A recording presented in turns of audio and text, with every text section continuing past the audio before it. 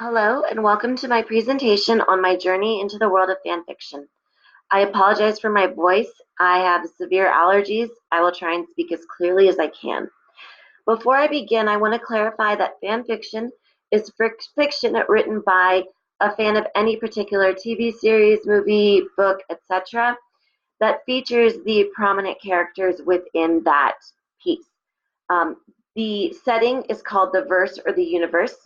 You may have crossovers between different series. For example, someone could write fan fiction involving both The Hobbit and Harry Potter together. And when someone refers to a ship, they're talking about the romantic relationship or the friendship pairing that drives the story. All of this information will be helpful to you as you go through my presentation. And please note that I put a link to my blog here on this slide.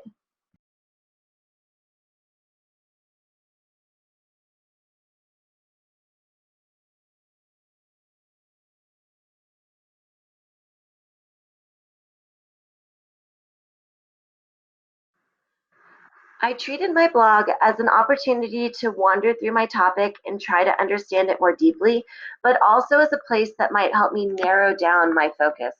Fandom studies is huge, and I needed to identify a small section of that to focus on in my term paper. When I submitted my original proposal, I had some possible ideas that you can see listed here for things that I might want to focus on.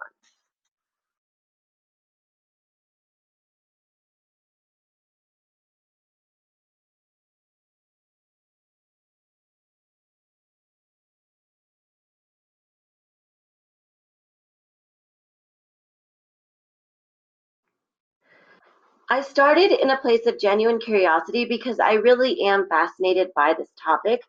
Unfortunately, because of the volume of material available, I was quickly overwhelmed.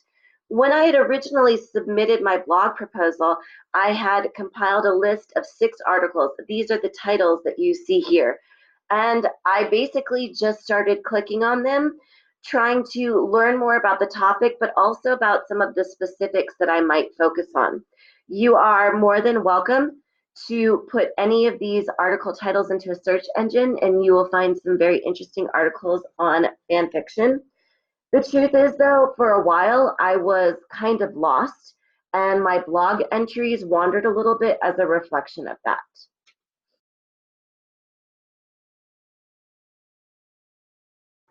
After my initial post, I started by trying to define fan fiction. I celebrated International Fan Works Day on February the 14th. I examined an article called Why Is It So Hard to Talk About Fan Fiction that looked at the stigma related to reading and writing fic. I also expounded on an idea I'm calling fan fiction on a budget, where I've noticed that there are existing verses that people keep creating movies and television shows in. Again, they're manipulating existing characters, really creating fan fiction, but they have a better budget. I learned more about Archive of Our Own, which is one of the largest fan fiction platforms on the internet. There's over 1 million fics there. And I examined Fair Use Week and how that related to fan fiction.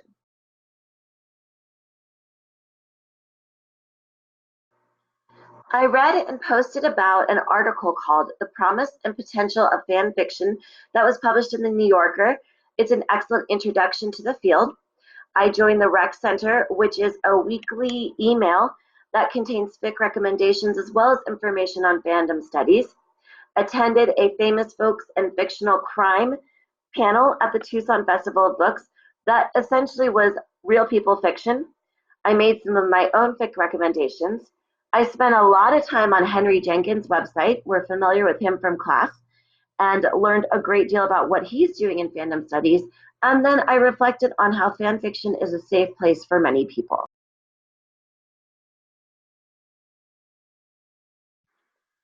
Even while I was exploring all those different elements of fan fiction, I kept returning to my curiosity about authors, which was something I had mentioned in my proposal.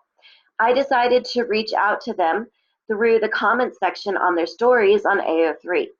Now, some ignored me, and some gave me very definitive no's. And I posted one of those responses here because I found it very interesting that this person felt that she was being studied and not necessarily being treated in a way that she would want to, and so she declined to be interviewed. Ultimately, though, I did have 4 people who agreed.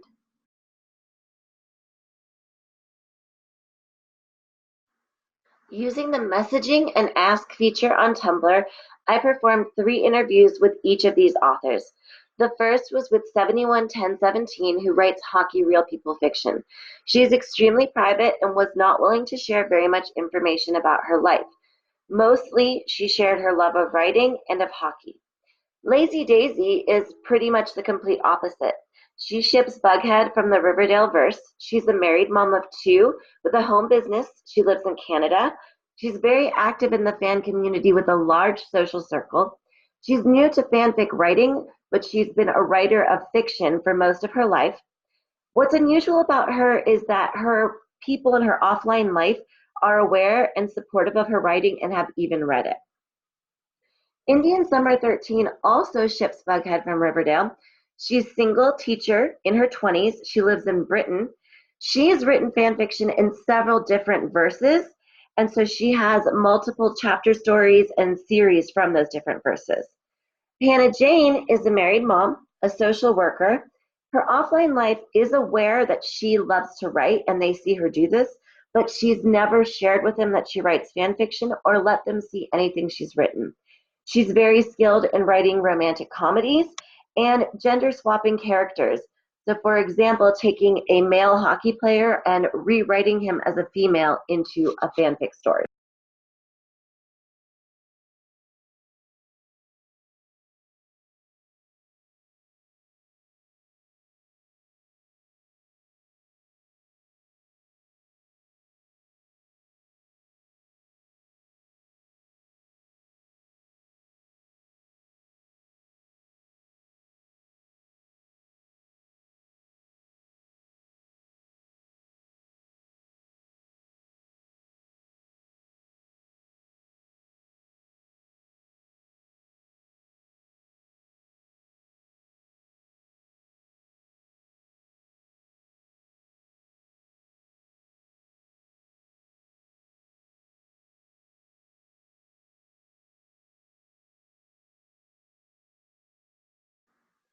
I wrote and posted an in-depth author profile for each of these authors on my blog.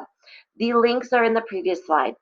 Each of them concerns themselves with different things. For 711017, readers and characters are the most important.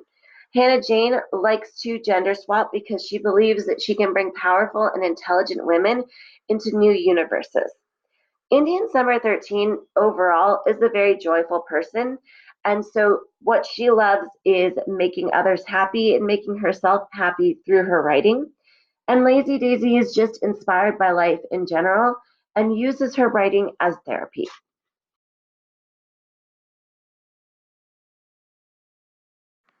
The next 2 slides contain breakdowns of information about 2 particular things I was most interested in: the online community involvement of each of these authors and their writing process. You can see that they run the gamut here, from Hannah Jane having no online friendships and preferring just to post, whereas Lazy Daisy and 711017 have many active friendships with people they speak to every day. In fact, 711017 has met some of her online friends at hockey games. All of them maintain active Tumblr profiles, and they try to avoid fights. However, because Lazy Daisy does have so many online friendships, she's sort of pulled into arguments because of alliances. Each one of them has a different level of privacy that they apply to their own life.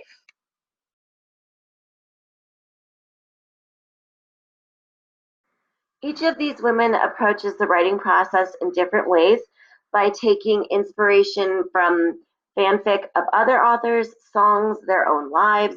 Indian Summer 13 said even from clouds sometimes. They have different levels of planning, but 3 out of the 4 of them dedicate writing time every single day, if possible. Hannah Jane carries a notebook with her at all times, or she'll be typing in her Google Drive on her phone. Now, only one of them uses a beta, which is an editor, to help her in her writing. And that same person, 711017, has actually done collaborative works with others.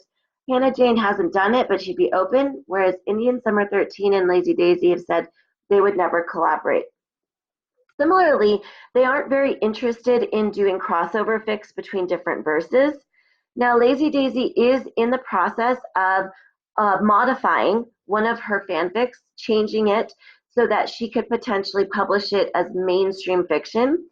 Indian Summer 13 would like to publish her own unique fiction and, in fact, has written a children's book that she is considered publishing.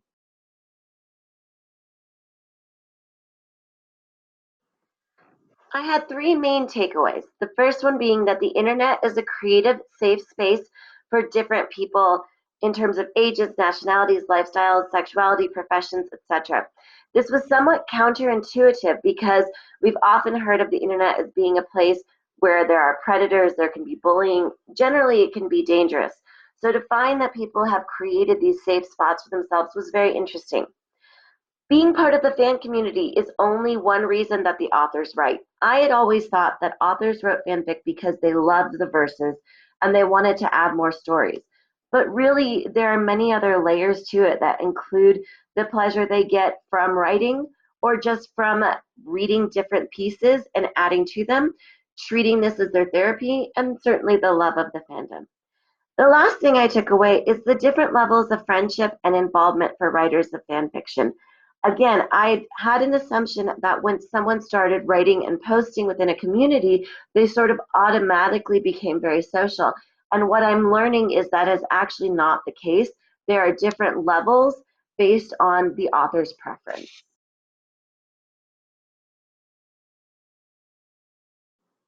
My thesis is very rough right now, and I'm definitely looking for feedback. But at this point, what I'm arguing is that individuals join online fan communities for many complex reasons that go beyond a love for the fandom itself. Now, I have my 4 profiles as evidence, and I found several articles, though I'm looking for more. The 3 best articles are listed here, along with the information that they are providing me.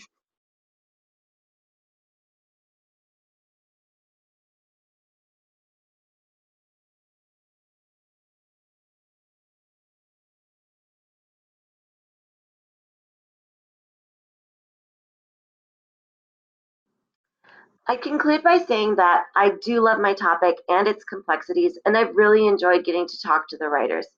I'm still working to polish my thesis, and I'm open to any ideas you might have. I'm also looking for more sources, so if you have any recommendations, please do share. The most important thing for me at this point, though, is if I'm missing anything, points or links or just clarifying information. I feel like there are times where I make assumptions that people know more about this topic than they do, and I might need to add more information. So I hope to get feedback, and I appreciate your time.